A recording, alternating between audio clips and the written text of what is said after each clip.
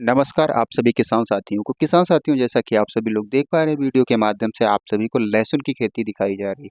किसान साथियों, लहसुन की महंगाई कितनी है आप लोग समझ ही रहे हैं। जिन किसान भाइयों ने या आप सभी ने जो लहसुन की बुआई अच्छी तरीके से लगभग आज के 50 दिन पहले की होगी, उस समय रेट कितना महंगा था और उसी को औसत लगा कर अगर समुचित समय पे उसकी रख-रखाव की जो समस्या होती है, अगर नहीं किया गया तो बहुत ही दिक्कत हो सकती है। किसान साथियों, इसी को लेकर मैं आज आप सभी को इस वीडियो में कुछ विशेष जानकारियाँ दूँगा। आप सभी लोग लगातार मेरे यूट्यूब चैनल से जुड़े हुए हैं, इसके लिए आप सभी का बहुत-बहुत धन्यवाद। आप सभी लोग लगातार वीडियो देखते आ रहे हैं, इसके लिए भी आप सभी का बहुत-बहुत धन्यवाद। आपसे अपेक्षा करता हूँ कि जो मैं वीडियो डालता हूँ, उनको आप सभी लोग लास्ट तक देखते रहे होंगे और ब चैनल को हमारे लाइक भी करते हैं, सब्सक्राइब भी करते हैं और वीडियो को शेयर भी करते हैं।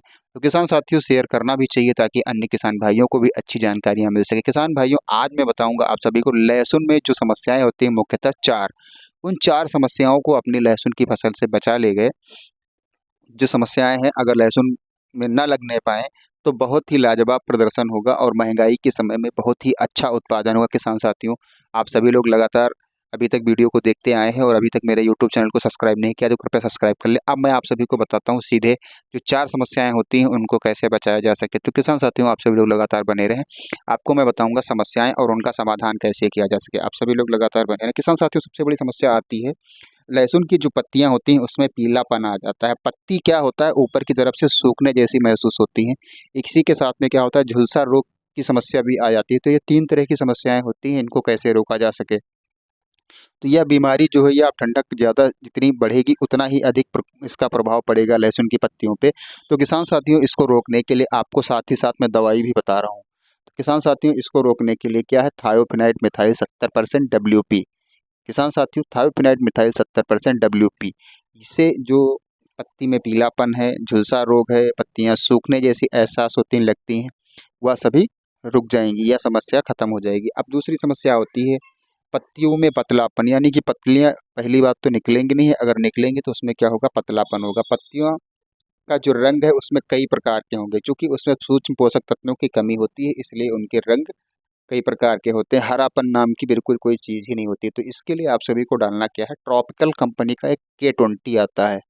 तो K20 को जब आप सभी लोग डालेंगे तो किसान साथियों, इससे क्या होगा, इसमें 2 फार्मूले मिलते हैं। इसमें क्या है, समुद्री लाल शैवाल से प्राप्त होती है 20% पोटाश और 1.5% सल्फर और जैव सक्रिय अणु होते हैं इसमें। इससे क्या होगा, पौधे की जो पत्तियां हैं वह मोटी हो जाएंगी।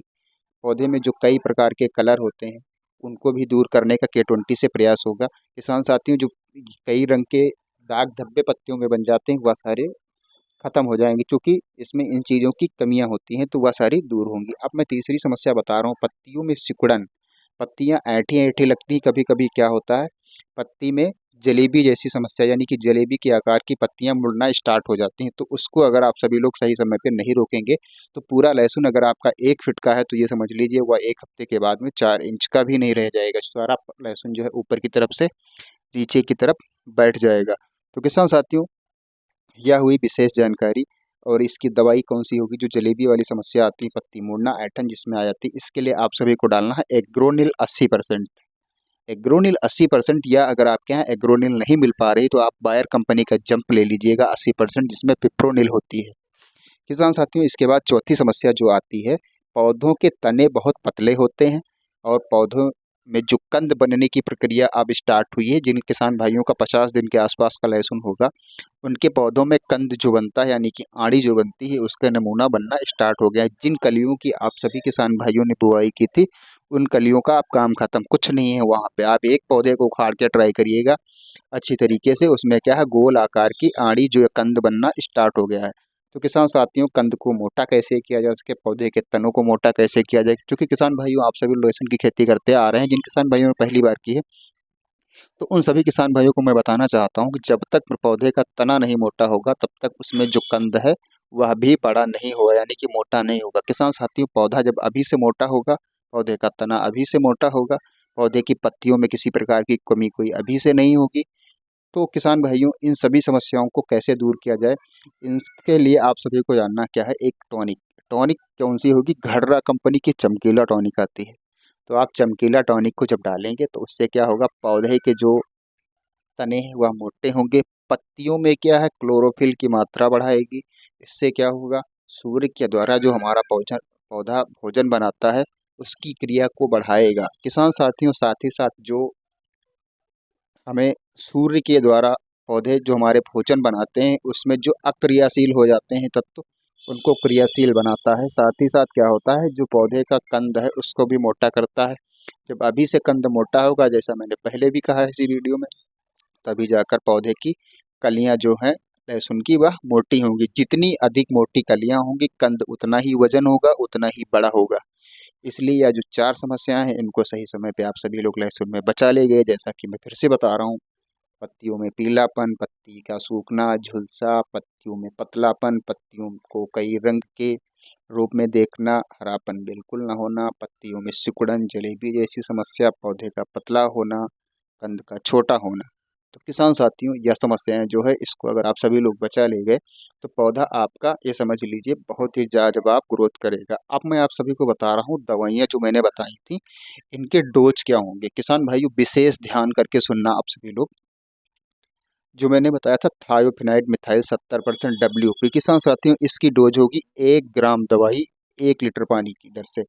दूसरी दवाई मैंने बताई थी K20 पोटास की मात्रा, माइक्रो न्यूट्रेंट की भी इसमें समस्या होती है, तो इसका एक पाउच K20 का जो होता है वह 15 लीटर पानी का होता है, इसको घोल लीजिएगा। और तीसरी दवाई मैंने एग्रोनिल 80% या बायर कंपनी का चंप, जिसमें पिप्रोनिल की मात्रा पाई जाती है 80%, इसका 2 ग्राम का एक पाउच आता है, जिसे 15 लीटर पानी में घोलना है आप सभी को। चौथी दवाई मैंने बताई घड़रा कंपनी की चमकीला टॉनिक। किसान भाइयों, यह 100 ग्राम टॉनिक आती है, 100 लीटर पानी की होती है, यानी कि 1 ml दवाई 1 लीटर पानी की दर से आप सभी को लेना। चौथी चीज़ बहुत ही विशेष होगी, सिलिकॉन बेस का स्टिकर आप सभी को लेना है। सिलिकॉन बेस का स्टिकर लगाने से क्या होता है, लहसुन की जो पत्तियां हैं वह चिकनी होती हैं, तो जब स्टिकर लगा करके आप दवाई का प्रयोग करेंगे तो उस समय क्या होता है, यह दवाइयाँ सारी पत्तियों पे चिपक जाएंगी और उसका रिजल्ट 100% होगा। बहुत सी किसान भाइयों की यह समस्या होती है कि जो दवाइयाँ मैं बताता हूँ वो कहते हैं मैं स्प्रे कैसे करूँ। किसान भाइयों, दवाइयाँ जो मैंने 4 प्रकार की बताई हैं, 4 प्रकार की दवाइयों को आप सभी लोग अलग अलग घोलिएगा। इसके बाद आधा स्प्रे पंप पानी डालने के बाद में चारों दवाइयों को डालिएगा। फिर आधा स्प्रे पंप जो आपने खाली रखा था उसको भरिएगा पानी से, फिर अच्छी तरीके से हिला करके, यानी कि तब तक हिलाते रहिए पंप को जब तक उसमें दवाइयाँ पड़ी हुई मिक्स ना हो जाएं। इसके बाद में स्प्रे करिएगा। किसान भाइयों, आप सभी को जानकारी कैसी लगी कृपया कमेंट बॉक्स में बताएं।